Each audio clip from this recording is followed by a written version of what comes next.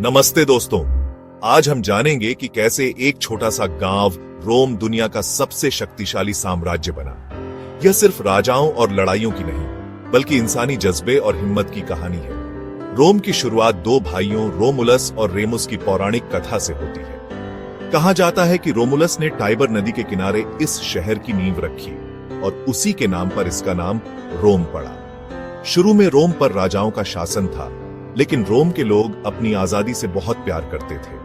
वे नहीं चाहते थे कि सारी शक्ति एक राजा के पास हो, इसलिए उन्होंने राजशाही को खत्म कर गणतंत्र की स्थापना की, जहां शक्ति लोगों के हाथों में थी। यह एक क्रांतिकारी कदम था जिसने रोम को महानता के रास्ते पर डाल दिया। रोम की कहानी हमें सिखाती है कि छोटी शुरुआत से भी बड़े सपने पूरे हो सकते हैं। चलिए अब जानते हैं कि लोगों की शक्ति ने रोम को कैसे बदला।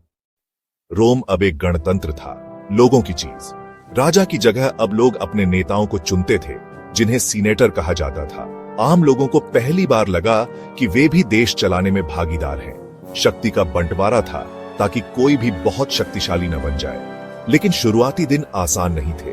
रोम को अपने पड़ोसियों से लगातार लड़ना पड़ा। रोम के सैनिक लीजनरी, अनुशासित और बहादुर थे। वे सिर्फ जमीन के लिए नहीं, बल्कि रोम के विचार के लिए लड़ते थे। रोम ने धीरे धीरे पूरे इटली पर नियंत्रण कर लिया। फिर उनकी नजर भूमध्य सागर पर गई, जहां उनका सबसे बड़ा दुश्मन था कार्थेज। रोम और कार्थेज के बीच 3 भयंकर प्यूनिक युद्ध हुए।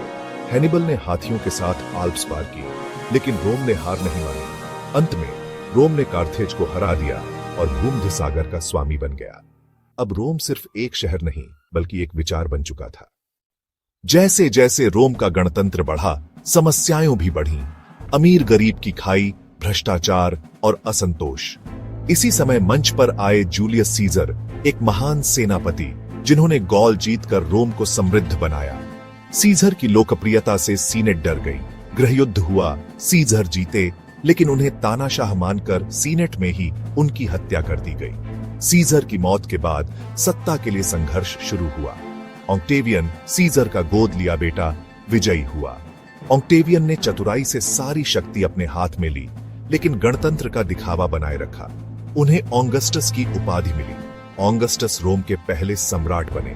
उन्होंने शांति, स्थिरता और विकास का युग शुरू किया। अब रोम गणतंत्र से साम्राज्य बन चुका था, एक नए युग की शुरुआत। ऑगस्टस के शासन में शुरू हुआ पैक्स रोमाना।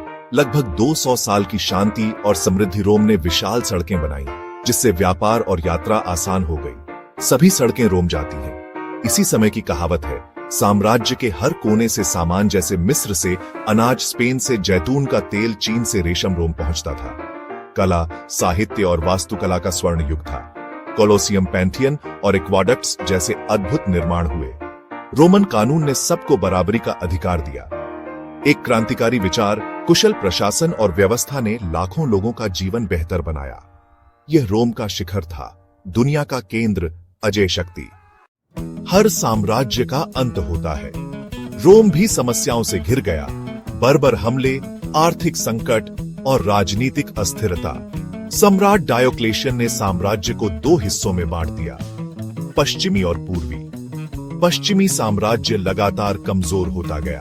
410 ईस्वी में रोम लूटा गया और 476 में अंतिम सम्राट को हटा दिया गया। पूर्वी साम्राज्य यानी बीजांटिन साम्राज्य 1000 साल और चला। लेकिन रोम की कहानी यहीं खत्म नहीं होती। रोमन कानून, भाषा और वास्तुकला आज भी हमारी दुनिया में जिंदा है। रोम हमें सिखाता है, साम्राज्य गिर सकते हैं, लेकिन उनके विचार और आदर्श हमेशा जीवित रहते हैं।